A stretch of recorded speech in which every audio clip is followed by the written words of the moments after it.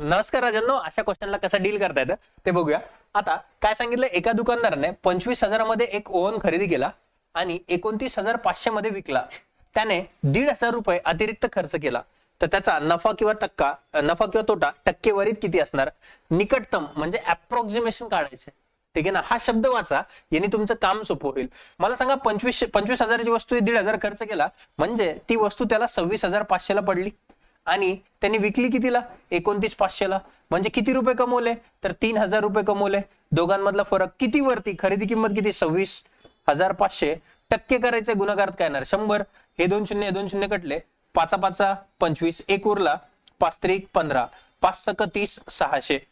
600 bye 53, 53 एक 53, 53 एक 53, किती उरले रे? 7 उरले, 70 झाले, 53 एक 53, 11 पॉईंट समथिंग म्हणजे नफा होणार. कारण की किंमत जास्त आहे, विक्री किंमत जास्त आहे खरेदीपेक्षा. नफा प्रॉफिट होणार किती percent? 11%. Option number D will be the correct answer.